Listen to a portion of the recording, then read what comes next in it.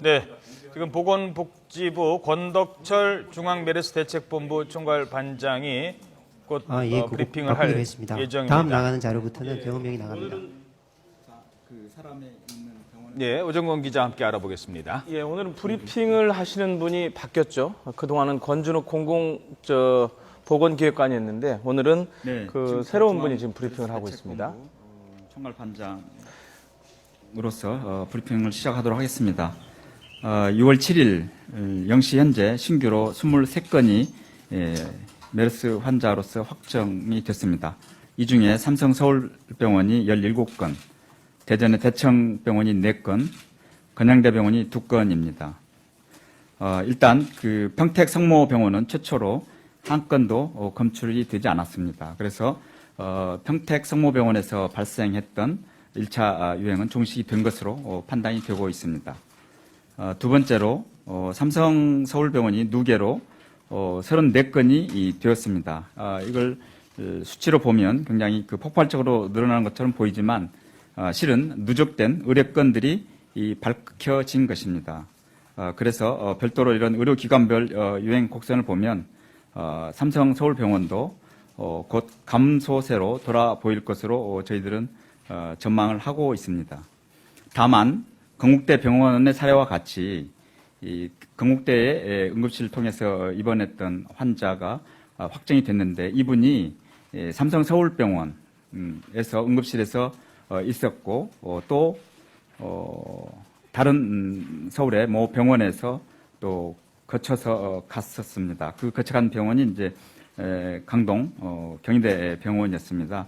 그래서 이런 그 접촉하는 과정에서 혹시 추가적으로 이 전파되는 사례가 있을 수 있습니다. 그래서 저희들이 어제 긴급하게 그 검역 조사, 방역 그 조사를 저희들이 했고 그 사례가 더 추가적인 전파가 없도록 최대한 저희들이 이 조사를 해서 막도록 그렇게 하겠습니다. 이 부분이 저희들이 지금 굉장히 우려하고 있기 때문에 이 부분에서는 철저하게 대처하겠다는 말씀을 드립니다. 그리고 삼성 서울병원 외에 대청이나 건양대에서는 지금 소규모로 환자가 나오고 있지만 평택 성모병원이나 삼성 서울병원에 비하면 굉장히 소규모일 것입니다. 요약해서 말씀을 드리면 삼성 서울병원의 경우에는 병원 내 감염이고 대상자가 관리 영역 내에서 발생하였고 발생 추세는 감소세로 돌아설 것으로 예상이 됩니다. 아까 말씀드린 대로 삼성 서울병원의 응급실을 거쳐 가서 좀 다른 병원에서 혹시 이 전파가 될 우려 이 부분을 저희들이 최대한 막으려고 지금 현재 하고 있고 삼성 서울병원 응급실을 거쳐 갔던 환자의 보호자나 방문객 분들 중에서 일부 지자체에서 지금 환자가 발생하고 있습니다. 그 부분에 대해서는 이 접촉자와 그리고 저희가 어제 그 시도 자치단체장들과 같이 협력해서 하기로 한 부분이 그 부분들 신고를 받아서 그 특정한 시간대에 노출된 시간대에 있었던 분들에게 그 해당 보건소에 신고를 해서 필요한 경우에 그 증상 여부를 확인하고 증상이 발견될 때는 저희들이 방문해서 검체 채취를 하고 확정이 되면 격리 이송하도록 그렇게 하겠습니다. 다음 두 번째로 환자의 그 상태의 자세한 내용은 저희들이 담당 국장이 이 추가적인 질문에 답변을 드리도록 하겠습니다. 두 번째로 그 환자 퇴원 상태입니다. 최초 발생 환자를 진료한 의료진 50세 남자인 그 5번째 환자가 퇴원하였습니다. 그래서 현재 총 2명이 퇴원한 상태입니다. 다른 두 번째입니다. 두 번째는 아까 말씀드린 대로 의료기관에 이 지금까지 그 그러니까 삼성 저희들이 밝힌 평택은 이제 대부분 지금 추가적으로 발생이 없습니다만 삼성 서울병원 특히 이제 저희 주목하고 있는 것은 삼성 서울병원인데 이곳을 거쳐 간 환자나 혹은 보호자 분들이 혹시 다른 병원에 특히 이 응급실에 갔을 때 이 굉장히 위험 요인이 되고 있습니다. 그래서 의료기관에서 이 메르스 대상자들을 대상자의 확인을 하는 조회 시스템을 저희들이 운영을 하고 있습니다. 그래서 의료기관에서는 반드시 이 조회 시스템을 확인하시고 반드시 내원 환자에 대해서는 조회 시스템을 하면서 최근에 이런 해당되는 병원에 가신 적이 있습니까? 라는 질문을 통해서 공지된 의료기관에 대한 방문 사실을 재확인할 필요가 있습니다. 이런 부분에 대해서 의료기관에서는 저희들이 별도로 지금 병원협회라든지 의사협회 이런 데를 통해서 저희들이 홍보도 같이 병행할 생각입니다만 여기 와 계시는 우리 언론에서도 좀 적극적으로 알려주시면 감사하겠습니다. 세 번째로는 자가격리 대상자에 대해서 유의사항을 재공지하도록 그렇게 하겠습니다. 잘 아시다시피 전북 순창에서 발생한 경우도 자가격리자가 평택에서 이 순창으로 이동해서 발생을 했고 또 그로 인해서 접촉자가 또 발생을 해서 여기에 대해서 그 역학조사를 통해 가지고 격리를 한다든지 자가격리를 하고 있습니다. 그래서 그 자가격리가 되시는 대상분들께서는 타 지역으로 무단으로 이동하시지 않도록 좀 준수를 해주셨으면 감사하겠습니다.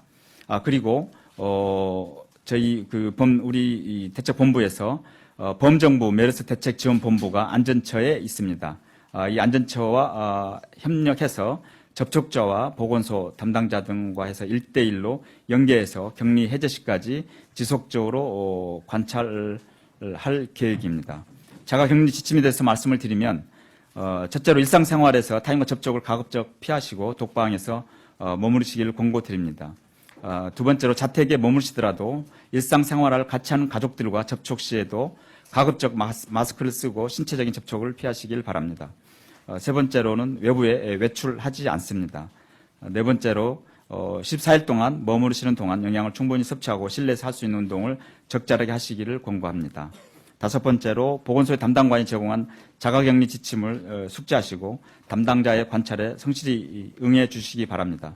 그리고 발열 등 자각 증상을 느낄 경우에는 타인으로부터 자신을 스스로 격리하고 지체 없이 관할 보건소 담당자에게 알려주시길 바랍니다. 네 번째로 WHO의 메르스 합동 평가를 위해서 오늘 한국을 방문합니다. 이 부분은 저희들이 3시에 보도 참고 자료를 배포할 예정입니다. 그리고 언론에서 일부 좀 보도가 됐습니다만 메르스 유전자 검사 관련된 확정 판정을 행정기관의 권한의 위탁, 이임 이렇게 일부 언론에서 좀 표현을 해주셨는데 이 메르스 유전자 검사는 과학적 실험과 절차에 따라서 결과가 나오면 판정, 확인을 하는 절차입니다. 그렇기 때문에 이것은 권한이라는 표현보다는 지금까지 시도보건환경연구원의 검사 결과가 그 신속 검사를 위해서 한 가지를 했던 것이고 거기에 대한 최종 그 확인을 위해서 두 가지 검사를 질병관리본부의 국립보건연구원에서 했다는 말씀을 드립니다. 그런데 앞으로는 이 환자가 그 검체를 검사하는 대상이 굉장히 많이 늘어났기 때문에 신속하게 하기 위해서 시도보건환경연구원에서도 그 정도 관리가 되는 즉 보건연구원과 같은 그런 방법을 할 경우에는 할 수 있도록 하자는 것입니다. 오늘 그리고 그 확진자 중에 특이사항에 대해서는 우리 담당 국장이 좀 질문을 받으시면 답변을 하도록 그렇게 하겠습니다. 그리고 여섯 번째로 사망자가 나왔습니다. 그 84번 확진자로서 격리 조치 중에서 상태가 악화돼서 6월 8일 오늘 금일 오전에 사망을 했다는 말씀을 드립니다. 특히 이분은 3월부터 대청병원에 폐렴 증상으로 입원을 했던 분입니다. 그래서 호전과 악화를 반복하던 중에 5월 28일 사이에 25일, 28일 사이에 16번 확진자와 같은 병동에 입원 중에 접촉한 걸로 역학 조사 결과 나왔었습니다. 네, 이상으로 제가 하고 있는 부분은 말씀을 드리고 나머지 자세한 부분은 우리 담당 국장이 질문을 받도록 하겠습니다. 제가 답변할 수 있는 부분은 제가 답변을 드리도록 하겠습니다. 환자 관련한 예, 발표마저 하고 하겠습니다. 지금 하시는 분은 정은경 현장 점검 반장입니다. 질병관리본부 질병예방센터장입니다. 정은경 국장님이 이어서 하시겠습니다. 네, 메르스 환자에 대해서 간단하게 말씀을 드리도록 하겠습니다. 현재까지 87명의 확진 환자가 발생을 했고요. 1명이 퇴원하시고 6명이 사망하시고 1명은 중국에서 격리되어 있는 상태입니다. 어제 새로운 환자가 23명 발생을 했고 삼성서울병원 연간 환자가 17명, 대청병원, 건양대병원 16번 환자하고 관련된 환자가 각각 4명, 2명 발생을 했습니다. 환자 상태는 지금 신안 중에 83번 환자분께서 암 말기 기저질환으로 위독한 상황이고요. 그리고 상태가 조금 불안정한 환자가 10분 정도 계시는 상황입니다. 그리고 저희가 그 환자의 어떤 현황에 대해서 저희가 이렇게 간단한 역학적인 그런 특성을 분석을 해서 제공을 해드렸는데요. 말씀을 드리면 현재까지 환자의 그 성별, 연령별 분포를 보시면 남자 환자가 50명, 그리고 여자 환자가 37명입니다. 그리고 평균 연령은 54.9세입니다. 연령군별 성별 분포를 보시면 대부분이 40대 이상이시고요. 40대 미만은 15명 정도 되십니다. 그 밖에 노출 기간별 발병일의 분포를 참고로 보시면은 계속 설명을 드린 것처럼 평택 성모나 뭐 이런 병원에 대한 유행은 거의 많이 종식이 돼가고 있고요. 그리고 뒷부분에 이제 대청병원하고 건양대병원, 그러니까 16번하고 관련된 환자분이 거의 이제 마지막 그 저희가 격리해서 관찰하고 있는 환자분 중에 일부 환자가 어제 6명 정도 발생을 했고요.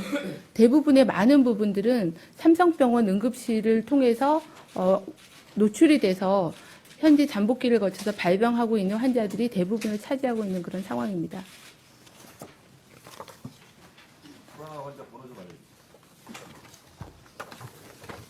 전체 다 하셨습니까? 불안정한 환자 번호요. 11번, 13번, 28번, 42번, 47번, 50번, 58번, 81번, 82번, 83번 10명이십니다.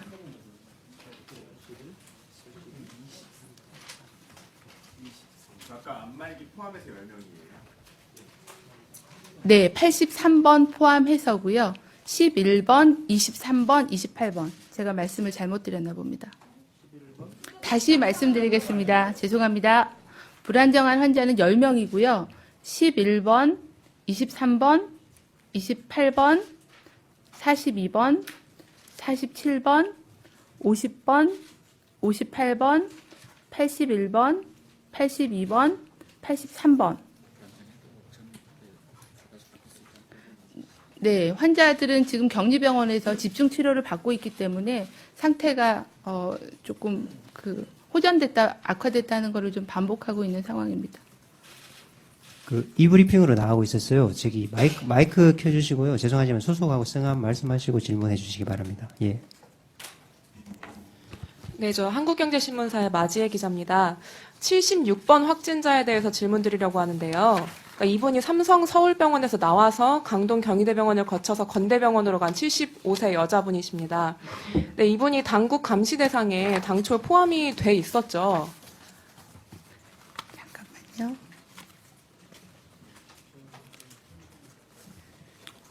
네. 돼 있었다면 며칠부터 돼 있었나요? 저희가 6월 3일부터 명단을 네. 받아서 관리를 하고 있었고요. 이제 저희 콜센터에서 6월 6일, 6월 7일 이틀 동안 전화를 드렸습니다. 근데 이분이 병원에 계시는 상황으로 전화가 부재로 연결은 되지는 않은 상태였습니다. 아, 그러니까 두 차례 전화를 거셨는데 네, 받지 네. 않았다. 네, 네. 6일, 7일 전화하셨다고 네, 말씀하셨죠. 그렇습니다. 저희 그 복지부 네. 콜센터에서 직접 전화를 걸었습니다. 아, 네. 그럼 앞으로 이렇게 감시 대상자가요, 연락을 받지 않을 때, 그러니까 부재중 전화로 돼 있거나 아니면 끊어버리거나 할 때에 대해서 어떻게 감시를 하겠다라는 대책이 있으신지도 여쭤보고 싶습니다. 현재 저희가 저희 복지부에서도 직접 전화를 드리고요. 또 시군구에서도 관리를 같이 하고 있습니다. 그래서 전화를 받지 않으면 일단 시군구 보건소 담당자가 자택으로 방문을 해서 환자 상태를 확인을 하게 되고요. 자택을 방문해서도 환자 상태가 확인이 안 되면 경찰청이나 아니면 다른 그런 추적 그런 방법들을 동원을 해서 환자에 대한 그 소재지를 파악을 적극적으로 하고 있습니다. 아울러가지고 지금 76번 관련해서 질문이나 좀 드리면요. 이분이 76번. 예, 지금 말씀하신 분이 요양병원에서 잠복기에 계셨다고 이렇게 돼 있는데 요양병원에 대한 저희들의 관리라든지 따로 그 부분을 살펴보지는 않는 건가요? 이분이 다녀간 요양병원에 대해서요. 그러니까 이분이 5월 28일 날 13시에 퇴원을 하셔서 5시, 17시에 요양병원을 가셨습니다. 그리고 바로 그 다음날 12시에 퇴원을 하셨는데요. 이때는 이제 증상이 없으셨고 또 노출이 되고 바로 잠복기 안에 들어있는 그런 기간이어서 그 부분에서의 노출은 없었을 걸로 판단은 하고 있습니다. 저희가 그 요양병원에 대해서는 점검을 합니다. 오늘 저희가 다 건국대병원 그리고 강동 경희대병원의 역학조사관들이 나가서 상황을 파악을 하고 있습니다. YTN의 유재복입니다. 67번 환자에 대해서 좀 물어보겠습니다. 이 고등학생으로만 지금 알려져 있는데요. 물론 학생이기 때문에 뭐 정보 공개가 네. 좀 어려운 부분이 있지만 주거지하고 네. 기저질환 정도는 공개가 가능한지, 그리고 이 친구가 28일 수술을 받았는데 그 후에 이 친구를 접촉한 뭐 동료 학생이라든가 가족이라든가 이런 사람이 있는지 하고요. 당초에 10대 이하는 그 메르스 전염이 통계적으로 굉장히 떨어진다고 이제 말씀을 여러 차례 했는데 지금 10대 환자가 나왔는데 이걸 어떻게 평가를 해야 되는지, 그다음에 이 학생의 지금 상태가 어느 정도인지 말씀해 주시기 바랍니다. 네, 이 환자는 16세 남자 환자고요. 저희가 개인 정보 때문에 지역이나 기저질환은 알려드리기는 어렵고요. 수술을 받으셨고 현재 회복이 잘 되어 있는 상태입니다. 수술 후에 약간의 미열이 있기는 했지만은 다른 호흡기 증상이나 이런 메르스를 이렇게 대표하는 그런 증상은 별로 없고 현재는 6월 1일 이후에는 발열이 없이 건강한 상태입니다. 그랬고 그 메르스가 어린 연령층에서는 적다고는 했지만 어느 정도는 발생을 하기 때문에 이 경우도 이제 우리나라에서는 처음으로 20대 미만의 학생에서 발병한 그런 첫 케이스입니다. 증상은 굉장히 경하고요. 환자 상태는 좋은 상태입니다. 그러면 그 수술 받은 게 메르스가 감염이 쉬운 폐나 신장 이쪽이 아닌가요? 그쪽은 아닙니다. 아니 근데 어떻게 응급실에 있지 않았는데 감염이 되느냐 이 환자는 수술 받는 것 때문에 응급실을 방문을 했고요. 5월 27일 날 응급실을 방문을 해서 5월 28일 날 수술을 받았기 때문에 응급실에서 거기서 진료를 받았고요. 그리고 바로 격리 1인실로 입원을 했습니다.